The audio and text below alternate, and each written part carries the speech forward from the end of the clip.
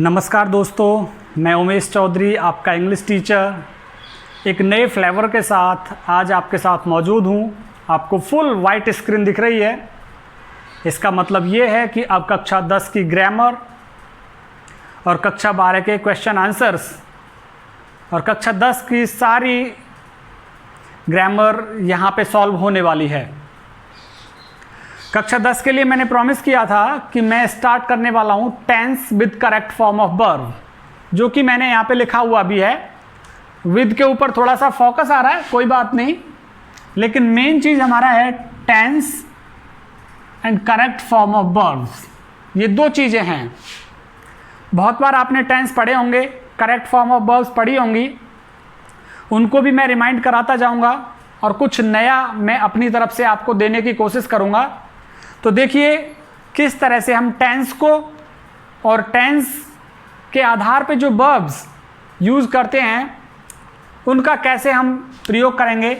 देखिए यहाँ पे टेंस क्या चीज़ है। सबसे पहले तो हम टेंस को जान लें कि टेंस क्या है। तो इसके लिए हम लिख सकते हैं फॉर्म ऑफ वर्ब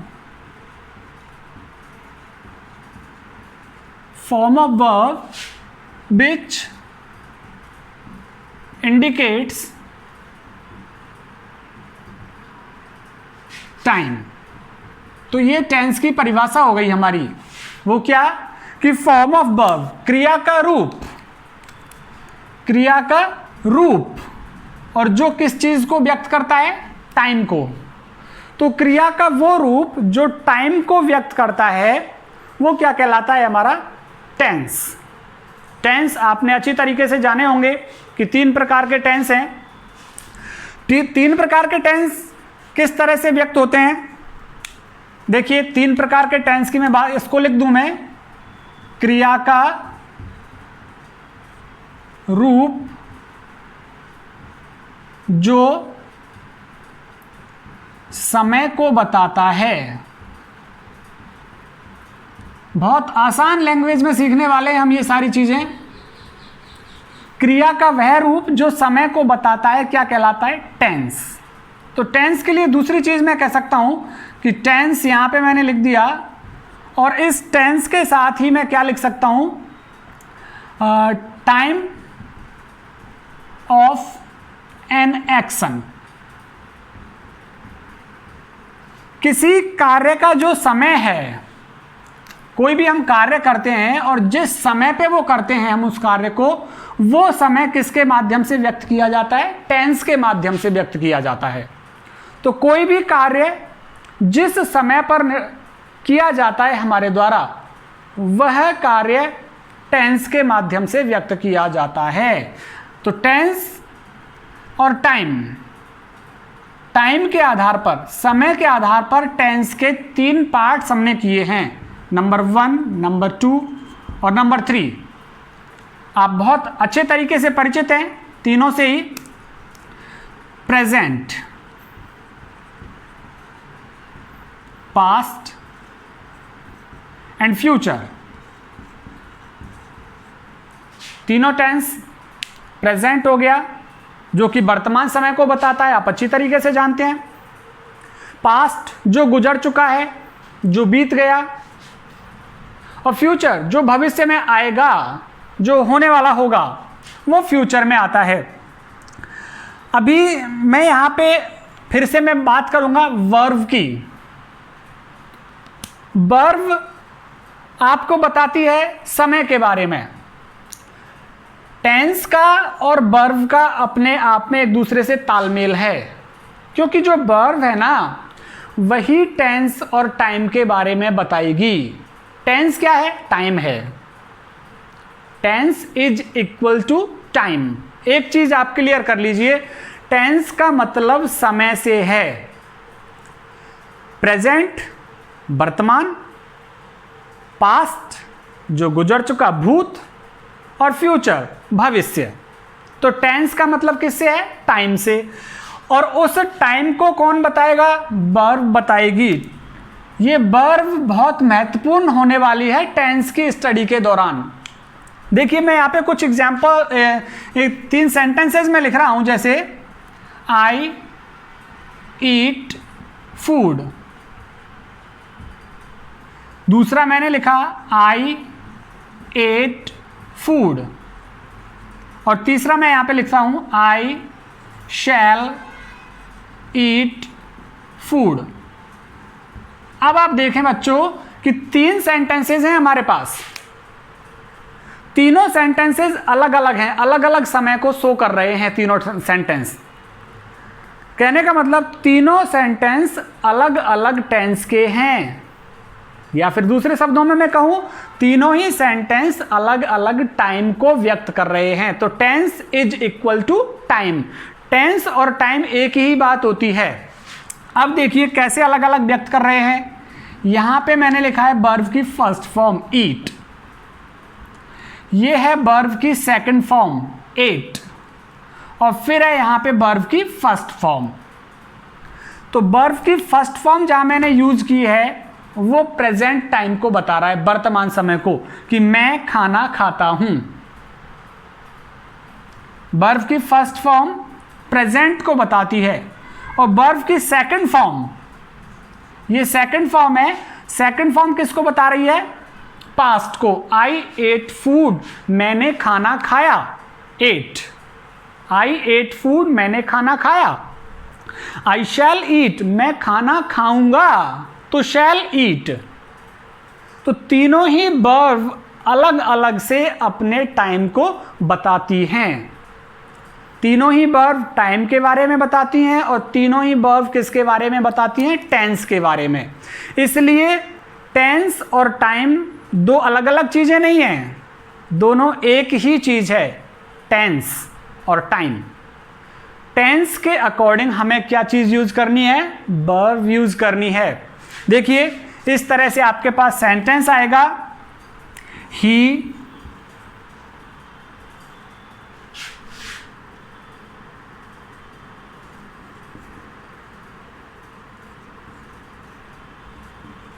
ऐसे सेंटेंस होगा आपके पास। और एक चीज आप जान लीजिए कि जो ब्रैकेट में जो वर्ब होगी ना, वो हमेशा वर्ब की फर्स्ट फॉर्म होगी। ब्रैकेट में हमेशा वर्ब की कौन सी फॉर्म होगी? First form. तो यहां पे देखें प्रेजेंट, सॉरी, ये जो सेंटेंस है इसमें हम देखेंगे कि जो ये वर्ब आई है क्रिया, इस क्रिया का सही रूप यहां खाली जगह में हमें भरना होगा। जो ब्लैंक स्पेस दिया हुआ आया है, इस क्रिया का सही रूप हमें भरना है। अब हमारी सबसे पहली जो आवश्यकता है इस काम को पूरा करने के लिए वो ये कि हम टाइम को पहचानें, इसमें टेंस को पहचानें, क्योंकि टाइम और टेंस को पहचानेंगे तो ही हम वर्ब का सही रूप भर पाएंगे। तो टेंस पढ़ते हुए हमें सीखना है कि कौन सा टाइम चल रहा है इस टेंस में, जिससे कि हम क्रिया का सही रूप दिए हुए स्पेस में डाल सकें। एक चीज समझ में आ गई कि जो वर्ब हमेशा फर्स्ट फॉर्म में आएगी और वो हमें खाली जगह में भरनी है, टेंस के अकॉर्डिंग, या कहें हम टाइम के अकॉर्डिंग भरनी है। अभी आप यहां देखें, 3 मैंने एग्जाम्पल आपके सामने रखे। ये 3 टेंस हो गए। यहां पे मैं लिख सकता हूं ईच टेंस हैज 4 कैटेगरीज।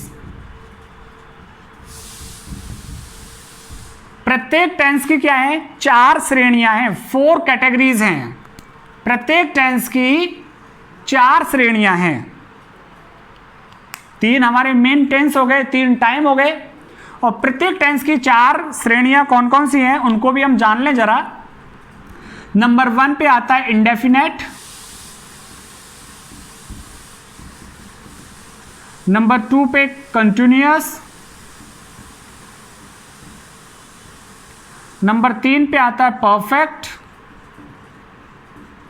और नंबर 4 पे आता है परफेक्ट कंटिन्यूअस।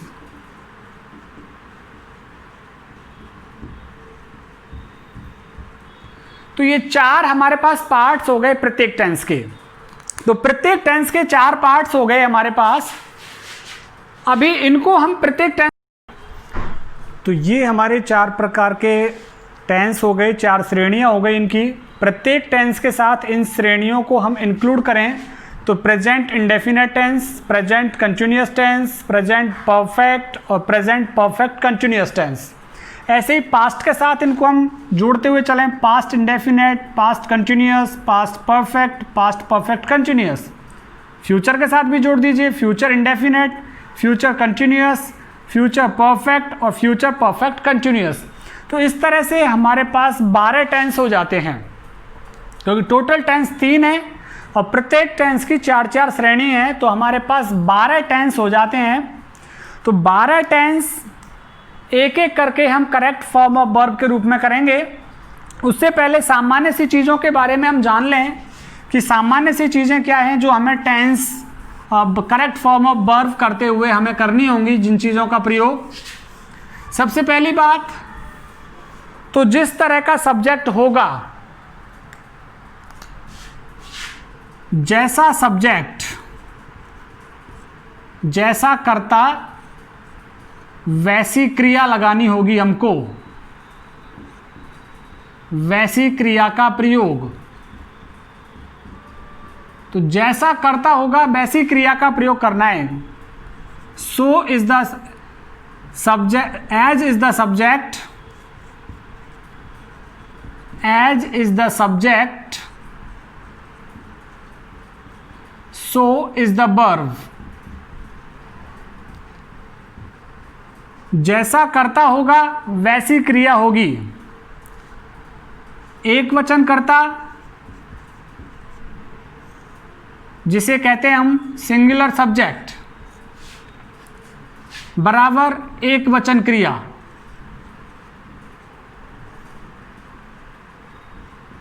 एक वचन क्रिया या सहायक क्रिया।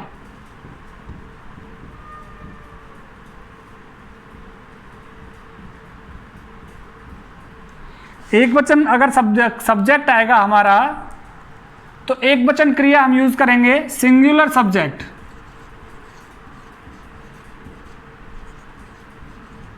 सिंगुलर सब्जेक्ट होगा तो सिंगुलर हेल्पिंग वर्ब लगेगी। Singular verb oblique helping verb.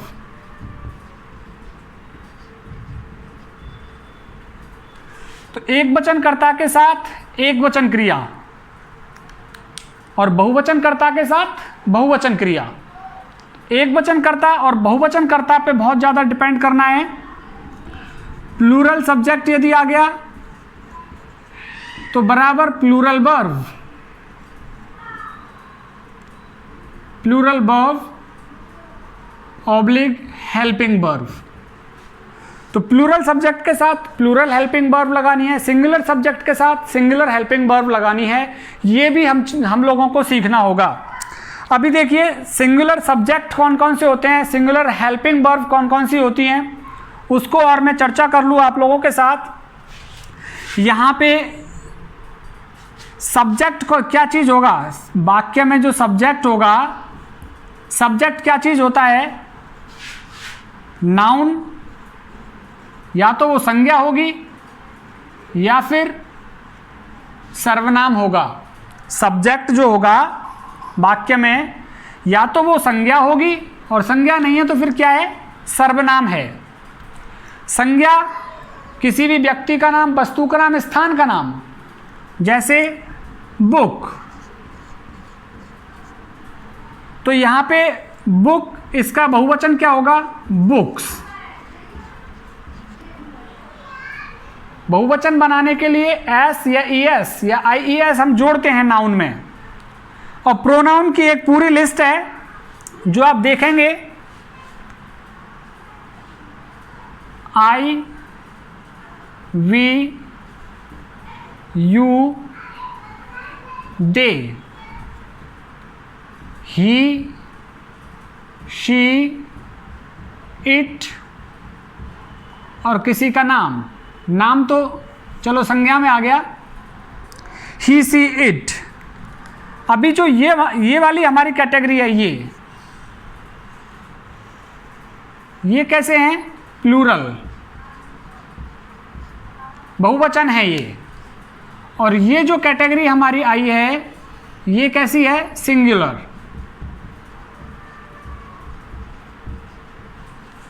तो एक वचनकर्ता और बहुवचनकर्ता भी आपको जानने होंगे। एक वचनकर्ता है तो एक वचन सहायक क्रिया और क्रिया लगाओ।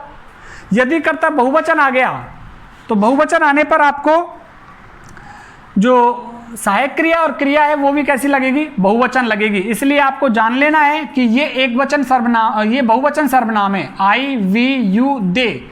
लर्न कर लीजिए, इनको रट लीजिए अच्छी तरीके से कि आई, वी, यू, दे बहुवचन होते हैं और ही, सी, इट ये कैसे होते हैं? सिंगुलर होते हैं, एक वचन होते हैं। तो इसमें एक सीधा सा फंडा ये है कि जैसा कर्ता होगा वैसी क्या होगी? क्रिया। एक वचन करता है तो एक वचन क्रिया और सहायक क्रिया लगेगी। यदि बहुवचन करता है तो बहुवचन क्रिया और सहायक क्रिया लगेगी। यहाँ पे हमने सीख लिया है कि बहुवचन कर्ता कौन से होते हैं, एक वचन कर्ता कौन से होते हैं। आई, वी, यू और दे ये बहुवचन प्रोनाउन है। और प्रोनाउन क्या कहलाएगा? सब्जेक्ट कहलाएगा वाक्य में। नाउन भी एक वचन होता है, बहुवचन होता है। जैसे मैंने यहाँ पे लिखा बुक, एक वचन है, बुक्स बहुवचन हो गया। जैसे मोबाइल एक वचन है, मोबाइल्स बहुवचन हो गया। पिक्चर तस्वीर एक वचन है, पिक्चर्स बहुवचन हो गया।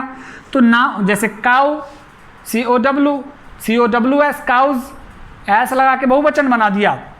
तो एक चीज आपको ये समझनी होगी, एक वचन करता है तो एक वचन सहायक क्रिया और क्रिया लगेंगी। अब मैं आपके सामने प्रेजेंट टेंस की, स्पेशली प्रेजेंट टेंस की एक वचन और बहुवचन सहायक क्रिया यहां पे लिख रहा हूं मैं। प्रेजेंट टेंस,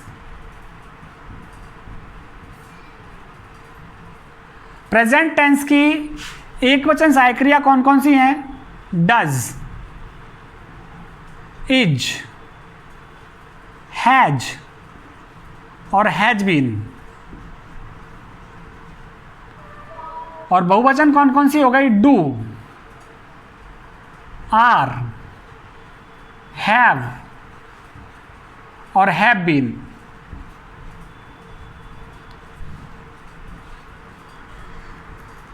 ये वाली सभी एक वचन है, सिंगुलर। और ये सभी कैसी हैं? प्लूरल।